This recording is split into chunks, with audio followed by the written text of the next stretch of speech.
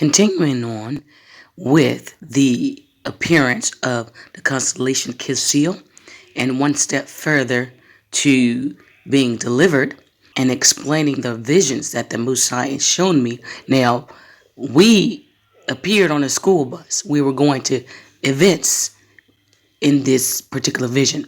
And the man there on the bus was the only one there because he represented someone in the world. You see that? People carrying on every day during the days of Noah. And he was more concerned about where was the other players. You see that? And he was the only one there. And so he began to strive with me until the Most High sent another individual, in which was a male, to correct him as well. And he still didn't want to hear it. You see that? Many are called, but few are chosen. You see that? Everybody's not going to be called. And the Most High has called out to people. And then the second scene, we were traveling, going to a concert. You had men there too as well.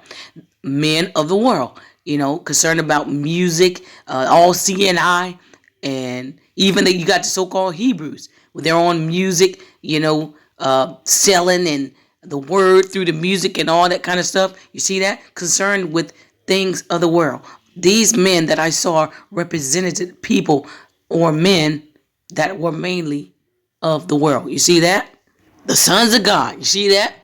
Christ called them out to be of their father the devil. The morning stars, the choir members, the singers, the male singers. You see that? Hypnotizing people with their message. You see that? And it also represented men and women struggling with Genesis 49:19, struggling with the tribe of Gad, which they cannot trump at all. You see that? But still refuse to heed to the word of the Most High. And lastly, I appeared at the so-called hospital, and the females that were there, they were twins. You see that? Esau and Jacob there.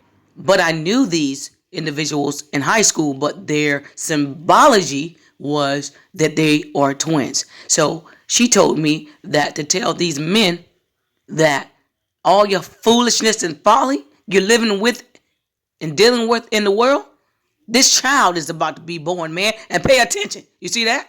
Who's about to be born? The children of Israel. You see that? As a nation. And the other twin there, she was in the back performing surgery on a male. And believe it or not, last time I checked, this particular twin does do this. She's a nurse in actuality, in real life. And she was performing a vasectomy or something like that. What does that represent?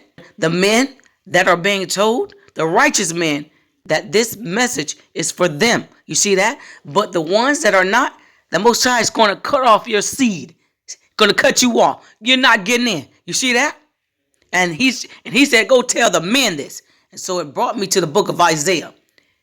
Isaiah and Micah. It talks about the day of reckoning on the children of Israel. Their idols and all that. You see that? It talks about them going to the soothsayers like the Philistines. You see that? And constantly relying on silver and gold. And the Most High judging these nations. And they're ready to beat their swords and the plowshares. You see that? And it states that it shall come to pass that the nations are going to come to the mountain or the house of the Most High. You see that? And Jacob will teach these nations. You see that? It says, enter into the rock and hide thee in the dust. You see that? For the fear of the Most High. You see that? The lofty looks, the high and haughty man is going to be humble. You see that? Men shall bow down. You see that? Men get ready to bow down. You see that? This is what's getting ready to happen. And then you have those which represent the Christian there was going to go in the clefts of the rocks. You see that? And hide themselves from the coming of the Messiah and the Ancient of Days, the Most High himself. You see that? Mainly the Roman eagle and all those in Psalms 83. And it talks about the judgment upon Lebanon. You see that? In the clefts of the rocks. Down. Micah 4:10 states, be in pain and labor to bring forth, O daughter of Zion, like a woman in travail. For now shalt thou go forth out of the city, and thou shalt dwell in the field, and thou shalt go even to Babylon. There shalt thou be delivered.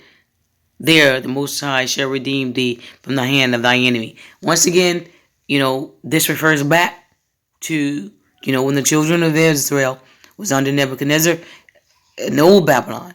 That's why I said this is a daughter of Babylon. And the same thing applies. There is nothing new under the sun. And this is what the Most High is stating here in the book of Isaiah and Micah. The coming of Christ, the delivery of the children of Israel, the daughter of Zion, and judgment of the nations. And to the Hebrew first, because these wicked men, this is for you. All those Hebrews standing on the corner, false prophets, teachers, prophetess, wizards, this is for you. You see that? Now, with the constellation Casil, the moon is for a season. What season? The season of deliverance. You see that? It's an appointed time.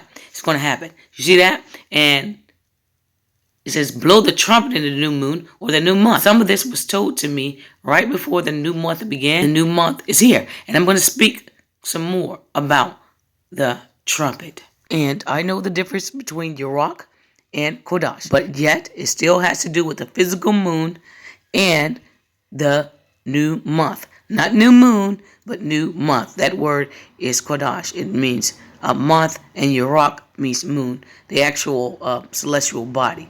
When I speak more about the trumpet, if the Most High permits it.